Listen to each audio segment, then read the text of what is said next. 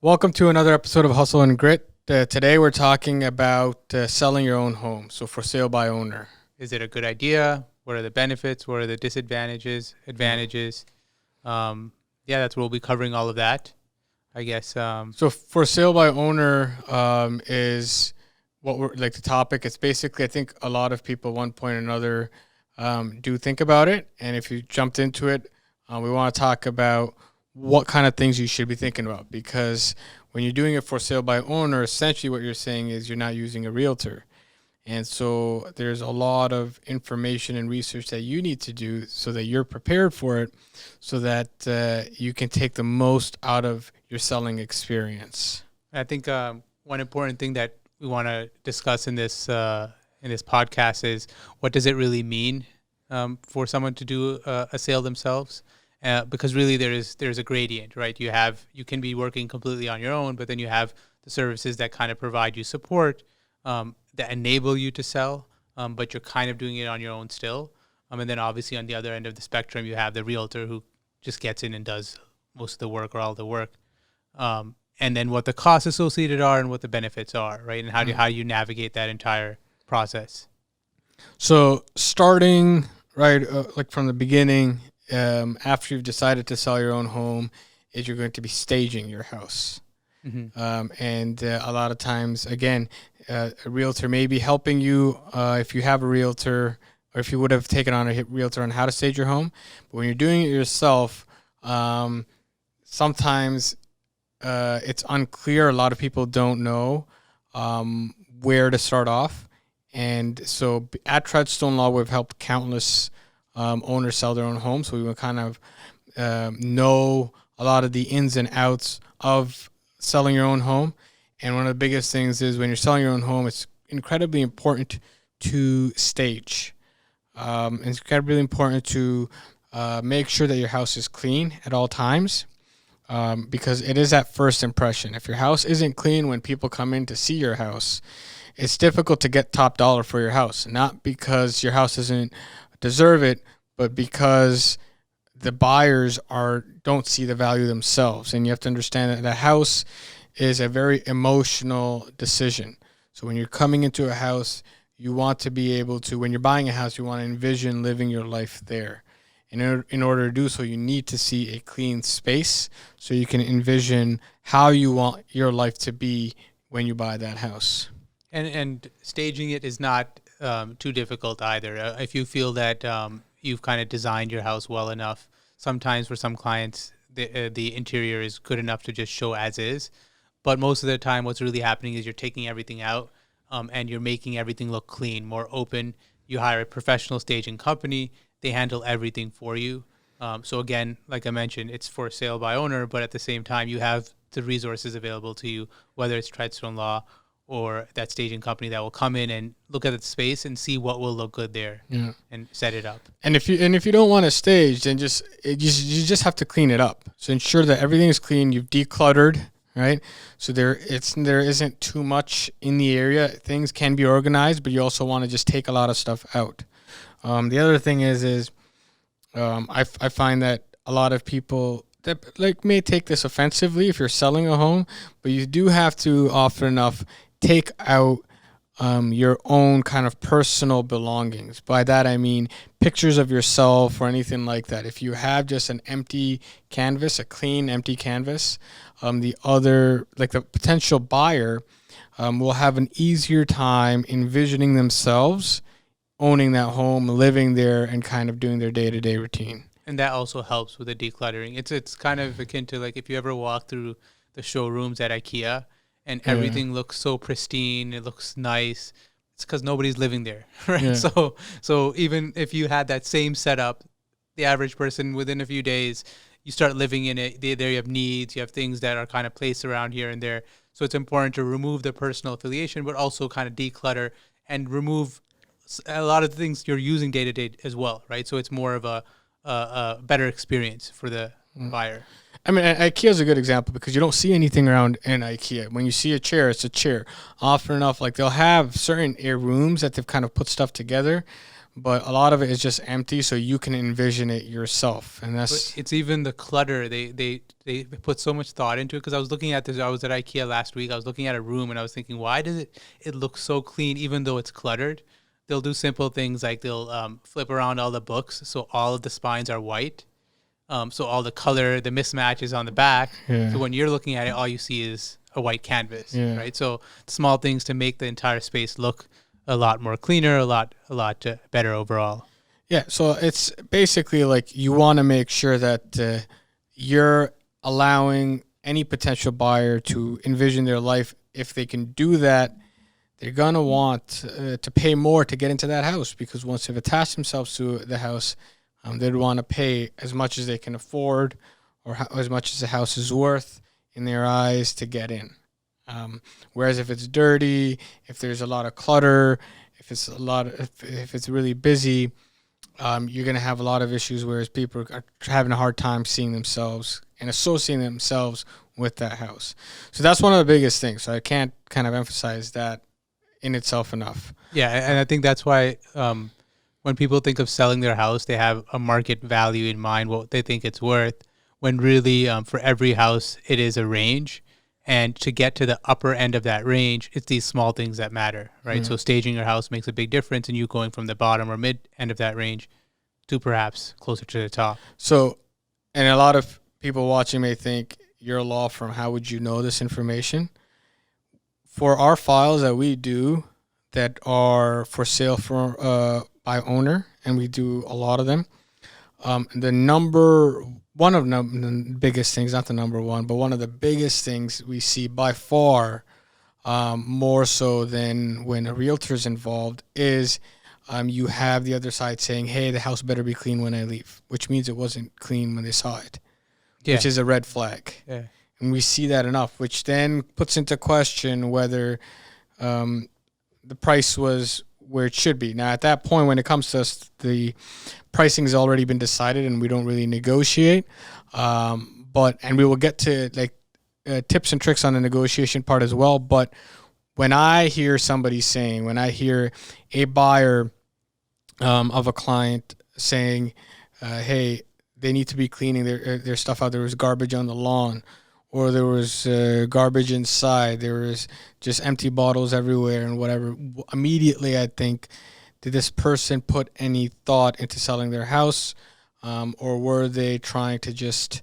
Or they didn't see that as a major issue either. We're not judging you guys. If you have some mess in some room somewhere, everybody has that. But I guess what the point here is, just make sure everything is kind of cleaned up during that selling process. And often, like Harris was saying, the first thought usually when we come across those circumstances is, did they get the value that they deserve? They spent a lot of time in this house. Everyone, especially if you have spent 5-10 years in a particular home, you've really nested there. It is home to you, and you've invested a lot in it. So it's important that you get that return, right? So you get that return on investment. And to do that, you have to make sure that you're taking these steps. Yeah. And it's a red flag. So yeah. So the other thing that we wanted to talk about was pricing. And I want to jump into the more of the negotiations as well. But pricing, to briefly touch upon that, do your research in terms of how to price your house. Pricing is a nuanced kind of science, I would say. If it is that, it's more of an art, quasi-science. I would look at, it really depends on the market. So let's say you have to price yourself according to the market you're in, right? Not because, Ontario may be going through a heated real estate market, but that doesn't mean that your town is, or your city, or wherever your house is, right? You need to look at the pricing and how hot the market is in your area. So one of the strategies that we see, and it really depends on your own situation, if the market's really hot, so if it's like there's a lot of bidding wars, a lot of that is going on, you have pricing that is a bit like it's below what your market rate is. So let's say, hypothetically speaking, you believe your house is worth $800,000. If there's a bidding war, maybe you want to price it at $600,000. The reason why you do that is because you're kind of taking away the signals that you're sending out to the buyers saying, hey, this is my kind of price point, and you're letting them guess, and then they bid, and they come in with their best and brightest offer. So that's one thing. If it's the other way around and there isn't a heated market, there isn't something where you're willing to people are willing to just kind of blindly bid and buy and forget about the conditions. If it's more of a normal market, you want to price higher than what you want to get, and to get by that I mean what you want to pocket. So let's say you believe that your house is what you should be bringing home is 800,000. If there's any realtor commissions, and we're going to talk about this in a bit, that you're willing to give up, you should add that and then add another 10 to 15%. So let's say altogether, you're saying that you want to bring home 800,000. I'd price it at 850, right? Or 830, because the other person is going to come in and they're trying to negotiate the price, right? And they might come in at like 780, and then you kind of meet in the middle as to where your target price is. Keep in mind, so even though you're selling yourself, you still have the cost of the buyer's realtor as well. So that's something to consider. I think what Harris was touching upon. Yeah, I mean, I want to get into that a bit because there's actually a CBC, I think, marketplace. That came out recently. That was talking about that. But again, so I want to get into that in a bit more detail. But the two things are, again, number one, if it's a heated market, maybe you want to price well below so people can bid. If it's a market that's kind of calm, or even if it's like maybe on the decline, you want to be pulling people up. So whereas the heated market, you're pushing people up, with a normal market, you're pulling people up. So you're trying to get them to move as high as you can, negotiate, and settle in the price. I think you also get more. What I've seen some realtors do in their strategy, which is something that you can adopt to, is they'll, if they're not getting the results they want, then they'll play around with the price. And not necessarily because the seller will end up selling for way less, maybe if they're dropping it considerably, but more because they're looking for people who are filtering by price on Realtor.ca or wherever, and maybe they were able to stretch their budget more, and they'd still be at the top end of the budget, the bids. I think I read an article about a week ago. There was a buyer. He was the seller wanted over 700, and they were listing for 700. The buyers were looking for, I think, mid 600s, so they were looking at under 700. So they were just off of each other in terms of if you're filtering. Then the seller ended up moving their price. I think they moved it twice. I think maybe it was at 800 first, and they were like, okay, 700. Then they moved it to 6, and then this buyer ended up bidding for it. And then this buyer actually ended up trying to increase their budget, found some more money, and ended up buying it at 750. Right, so after all of that, because they went through that kind of different strategies, they were able to pull up that buyer who otherwise would not have been at that budget. But because they really love the home, they went to friends and family and really got themselves inside. Yeah. And so it's about doing your research and figuring out where the market is, setting the price, and understanding a lot of it can be experimentation. Yeah. And I think that a lot of for sale by owner individuals, clients, they tend to panic if they put something up and after 2 weeks nothing is happening, right?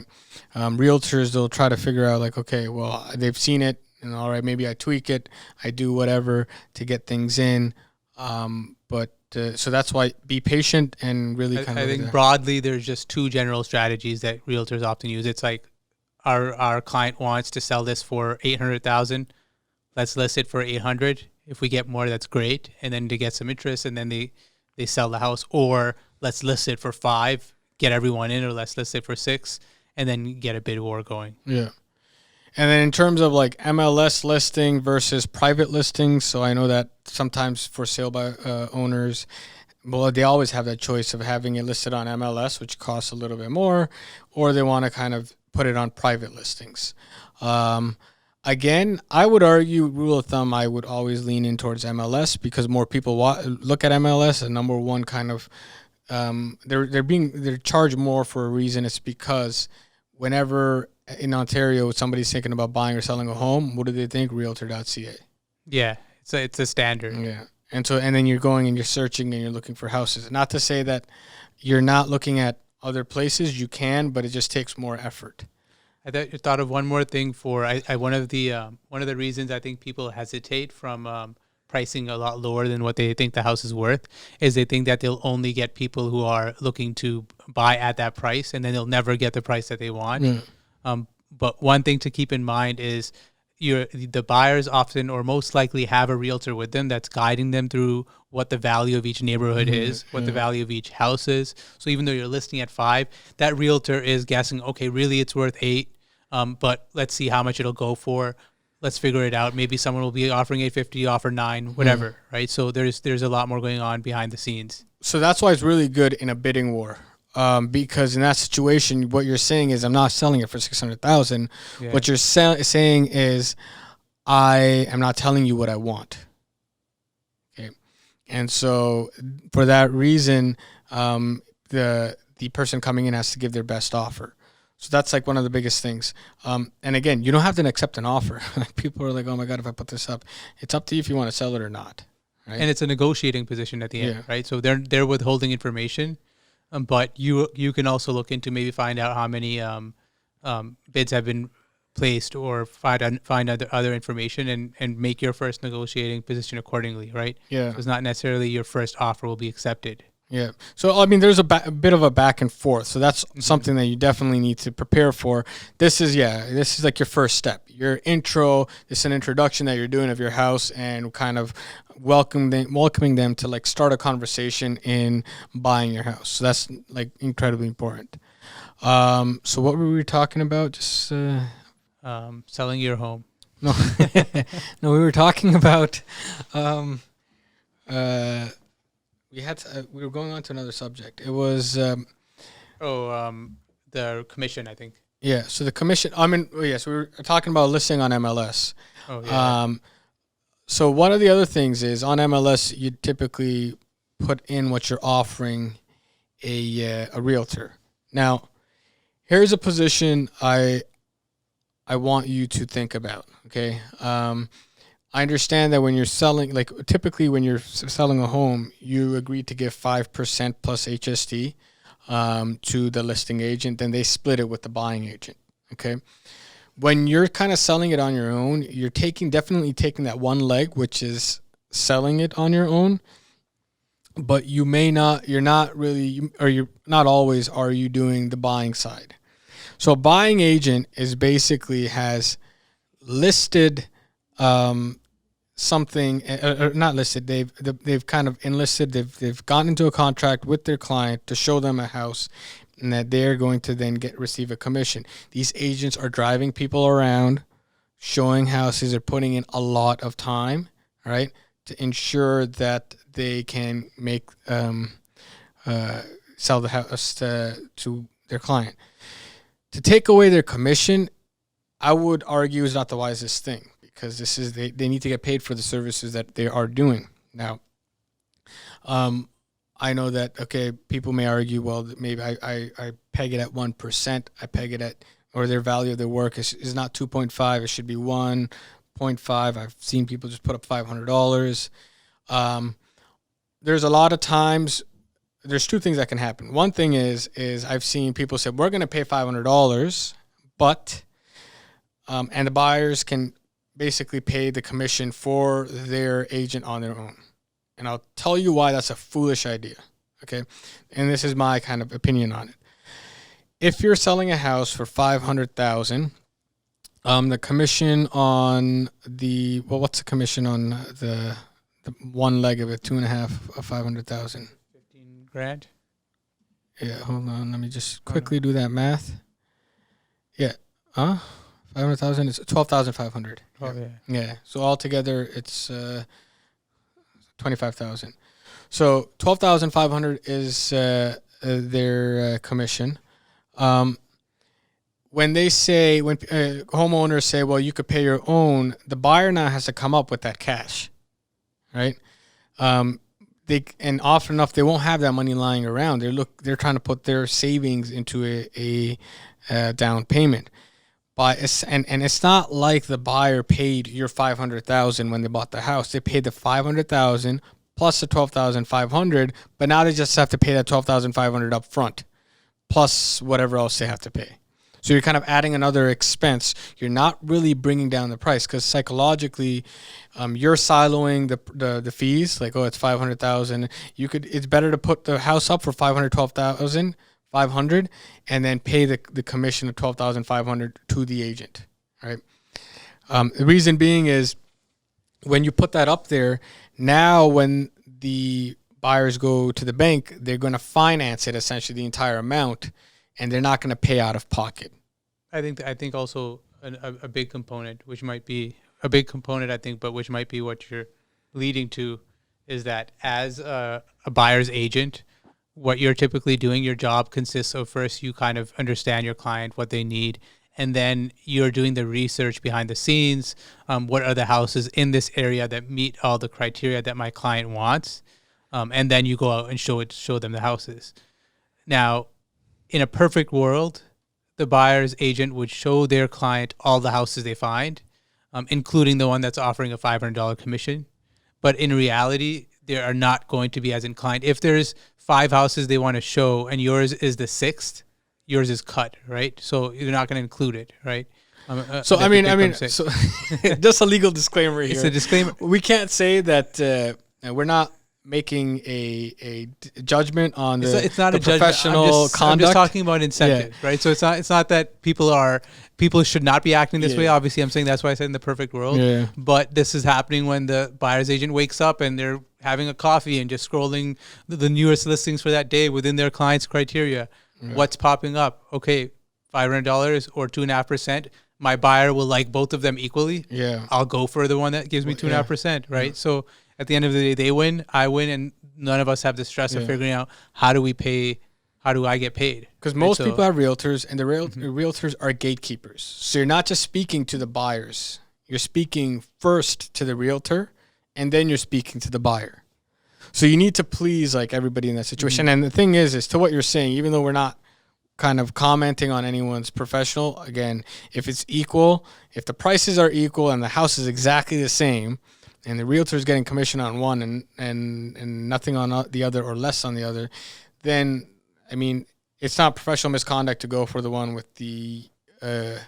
In fact, I think it would be a better decision for both parties because the buyer themselves, like you said before, now the commission would be baked into the purchase price as opposed to the buyer now not having the commission baked in like it is in normal transactions and having to find that extra 2.5% from somewhere to pay their agent. Yeah. It's a better decision for the buyer and the buyer's realtor, all else equal, to go for the house that has the commission offered.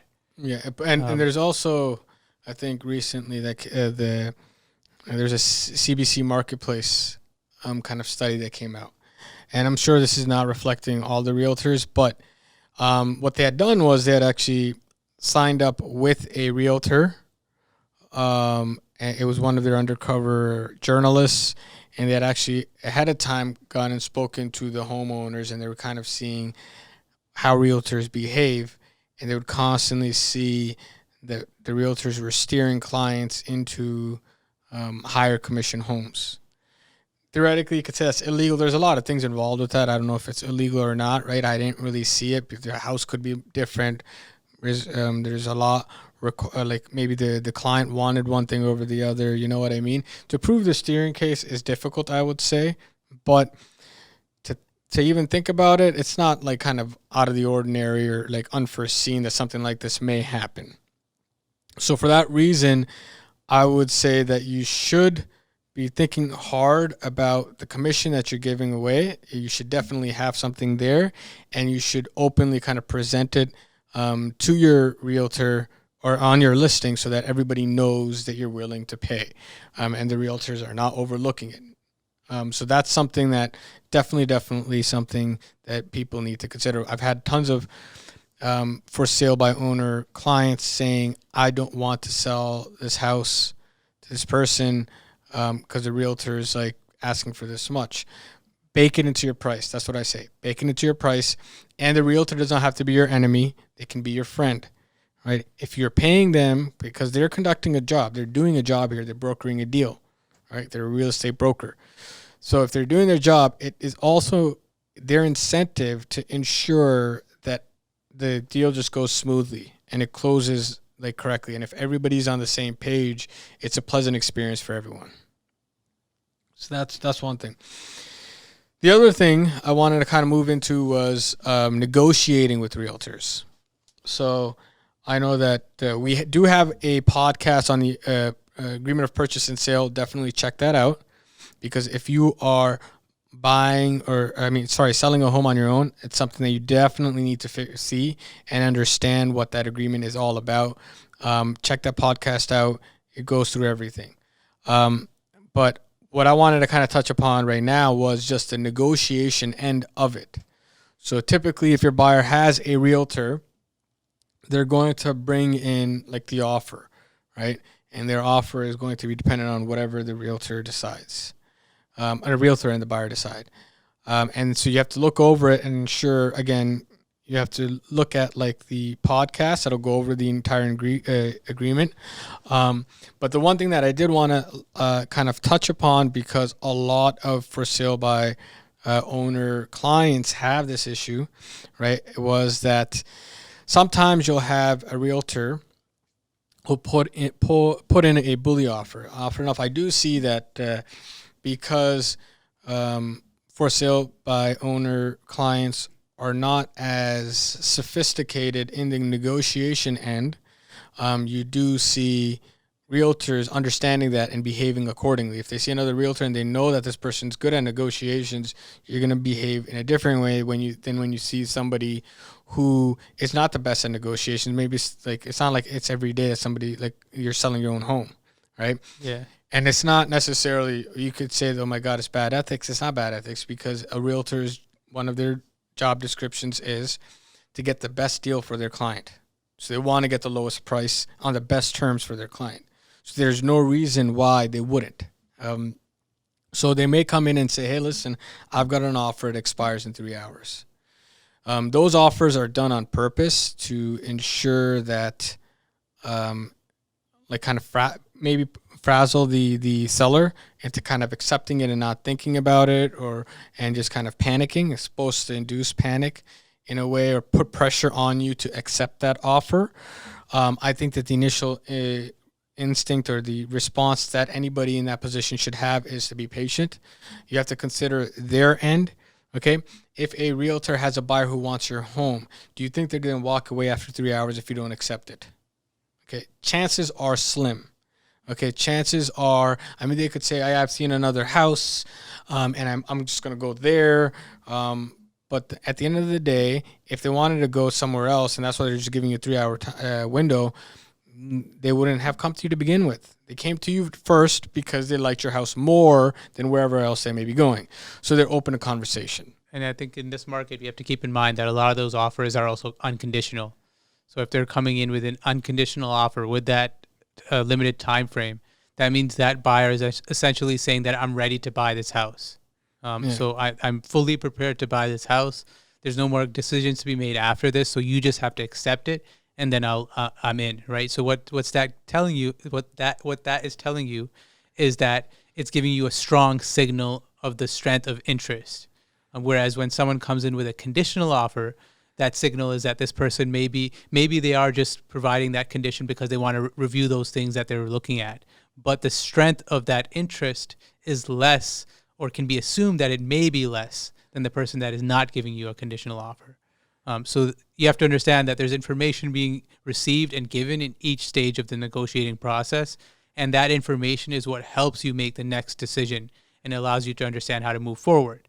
But outside of the negotiation, I think one thing that we didn't touch on is where this for sale by owner sellers or negotiators lack, I think, it's not just necessarily the negotiation skills, because people often learn some type of negotiating throughout just life in general.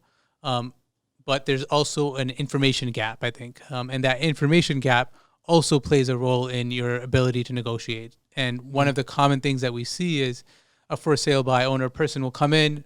They'll say, hey, look, I got this this offer that expires in 3 hours. But I don't want to accept this particular one. I want to change the price and maybe remove this and add this. But they're freaking out because they have to answer in 3 hours. That's an information gap. The information gap is that you don't really need to respond in that 3 hours because you're not accepting that offer. You're providing a counter offer. Their time frame is not relevant in that you need to, or you should or should not respond within that time. It's still important. It's important because it tells you that they're trying to move the decision process quickly. So it's an information point. But at the end of the day, you get to decide. Do you want to respond then, tomorrow, whenever? Yeah. I mean, like at the end of the day, buying a house is not like buying a chocolate bar. You're not like, all right, I'll try, I'll taste this, and if I don't like it, I'll get another one, right? Yeah. It takes a lot of energy, resources to even start buying a house, and so then putting in an offer, they've come a long way. So that's something that definitely should be like kind of understood and kind of really brought home. And exactly what Umar said. Again, this is also in our other podcast, the agreement of purchase and sale, along with a lot of other information. But when you're saying I want to change something, that's a counter offer. Essentially, you're ripping up their old offer and you're giving them a new offer. And you're saying, I'm offering to sell you my home for this much. You're not accepting anything because then it goes to them and they have to accept it and there's a back and forth. Again, there's a conversation. So that's the number one thing. When you're selling your home, you have to be patient and not panic because, like with realtors, with anybody, I mean, it's even if it's not a realtor, whenever you want to go buy a house, put yourself in a position. Don't you want to buy the house at the best price possible? Right? You do. You want to buy at the best price possible because you want to get the best house you possibly can with the money that you have. Right? And that's a very fair perspective and an honest perspective to have. And the broker is representing that. So that's something that definitely you need to keep in mind. Now, just because it's not like conducive to what you want doesn't necessarily mean it's a bad thing. You just have to understand how to respond. Like Umar said, there's an information gap and fill in that information. One of the things is a lot of like when you're not selling through a broker, you essentially take the position of the broker, which means that you do have to put in the time to understand that information. Yeah, and then you need to be able to understand what the other person is doing too. So the realtor, how they're behaving with you, what that means, whether they're taking things slowly or moving things faster, or the change in speed as well. All of those things play a role. And so when you take on this task of selling yourself, it's doable. It's definitely doable, but you have to understand that you have to pick up those tools along the way in order to make it a successful experience. Yeah. So what else did we have other than the negotiation side? I think this is a good point. So when you do have the negotiation process, part of that is understanding your understanding of the value of the house, or to put more accurately, what price range you're willing to sell the house for, or at least the lower end, right? Upper end obviously is going to be unlimited. So there's no range. But what's the lowest? What's your go? lowest price? Yeah. So and part of doing that is it is a negotiation position as well, because now you understand where you're willing to kind of concede, and it's important to understand the value of your house. That is a very important part of the process. Don't overvalue and don't undervalue either. Right? Look for what that actual value is, and there's a lot of information available online to do this.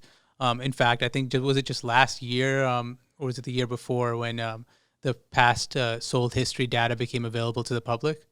It was recent. It's been some time. It's recent. Yeah, like, in recent history. Yeah, like, maybe more than 2 years ago, though. Yeah, I'm not sure. 2 to 3 years ago. Before that, you could not check the history of past sold houses. Now you can literally go to any street where the data is available, click on the house, and it'll tell you what is sold for this year or whenever it was sold last, and before that as well. So it gives you all this information, what the trend is, and it also gives you information for the most recent sold within that same criteria.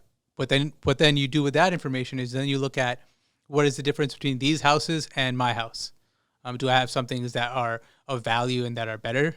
And do they have some things of value that I do not have? And then you're able to amend the price accordingly. Common mistakes people do is if you spent a lot of money in maintenance tasks recently, that is not part of the value of the house. Unfortunately, that's a sunk cost. That's something that you have to do. And if you had not done it, you would just have a depreciating value. It would not increase the house. An example is we had a client that had just gotten their driveway sealed. So they had done it after they'd moved in. I think it was 5-10 years ago that they'd moved in. They just got their driveway sealed, and they felt, oh, I just put that in. It has to have some value in the house, but unfortunately, it does not, because that's something that's just expected, that there'll be a driveway that's not cracked up and just looks at least decent. Maybe if you got interlocking done, I can't tell you the investment mechanics of that, but maybe there's a return on investment. Maybe on your house, you could spend the money, get interlocking done, and the value increases. Maybe for someone else, it won't. So you have to do the math there. So there's to get to the average price on your street, there's certain things that are just expected. After which, like if you do, I mean, the biggest return on investments are kitchen and washrooms. Those are one of the first things, will probably tend to be the more expensive ones too. So if your kitchen's really outdated, then maybe you want to put in that investment and get that higher price, because But you have to be careful though, I think, because I've read some comments about certain things in the kitchen being not worth it, while other things are. So even when you're going through that process, you have to look at, okay, what is the cost? What is the potential return? Maybe instead of replacing all these cabinets, I just get them painted a more trendy color, change the knobs or something. So it's an investment decision, but you have to be particular about how you're doing it, and then how much cash you're putting in and what you're looking to get out. Yeah. So now that we have kind of gone over putting your house on the market, valuing, even the beginnings of a negotiation, one of the things I wanted to kind of speak about was, what is a firm offer? Okay, so typically, again, I will refer back to our podcast on an agreement of purchase and sale, but typically you'll have conditions in a offer. Your offer is not firm. Your buyer can walk away until they waive those conditions. So you have to ensure that those conditions are waived, and they're waived on time. Okay, so if they come in late, you've still kind of you have to agree that both sides are still kind of maintaining the agreement, because after a condition timeline has expired, the agreement automatically is no longer effective. So once you have that agreement there, ensure that the buyer is definitely waiving conditions, which is there's a few different ways people do it. Sometimes they will have a notice of fulfillment. Sometimes they'll amend the agreement to take the condition out. Whichever way they decide, they need to ensure that those conditions are met. And then once that is done, what you do is you send that agreement over to Treadstone Law, and we close that agreement for you. Actually, on that topic, I think we mentioned this in one of our other videos as well, our other podcasts. But when you're selling, it's important that you contact your law firm, hopefully Treadstone Law, at the moment you decide to list your house, not after you've gotten the agreement of purchase and sale. The reason being that because it's such a complex process, even though you're taking care of the realtor aspect of it, the legal aspect is a complex process, and it requires a lot of work and resources to be available. It's important that your law firm knows that you're going to be selling your house and receives the agreement as soon as it's been signed, so that they can move on to the next phase of that process and get everything done in time. Because the goal here is making sure that your transaction is not delayed, it closes on time, you get your funds, and everything it works out. Yeah. So typically, as soon as, like, especially for sale by owner, we would say, like, when it's gone firm, you show us the agreement so that we can ensure that it's firm. It's indeed firm. Yeah. And send us that agreement right away. Let us know that this is what's happening. This is when you're planning on closing, to ensure that everything's running smoothly. And for the earlier contacts, it's just saying, hey, look, I've listed, and I'm gonna be trying to sell my house now. I just want to let you guys know, and I'm looking at trying to close around this time, maybe within the next 2 months or whatever you have, whatever range you have, and then go back to selling your house, get the best price you can, and then you would come back with the firm offer, and then we start that next phase. Yeah. So, yeah, outside of that, I think that there's a lot of talk out there that if you sell on your own, you might get a lower price. But if you follow what we said today, you're definitely going to get, I would say, like market value, like what you would get if you're Market value, and then you save the 2.5%. Yeah. Right. So really, you end Yeah. up with more. So you end up with more, but definitely. So if you look at our podcast today and you look at the podcast that I kind of noted throughout the podcast, the other ones that I referenced, if you do your homework, there's no reason for you not to command top dollar for your house.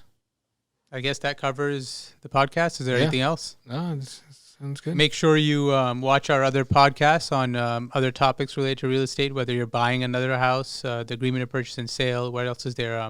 Breaking your, this might be relevant to you, breaking your mortgage. Yeah. Since you'll be buying another house, likely or possibly. You may have to break your mortgage. Maybe you don't actually, right? If you're staying with the same bank, they can port it. So that's one to watch as well. I guess that's it. Yeah, that's it. All right. Thank you for joining us. Thanks for joining us, guys.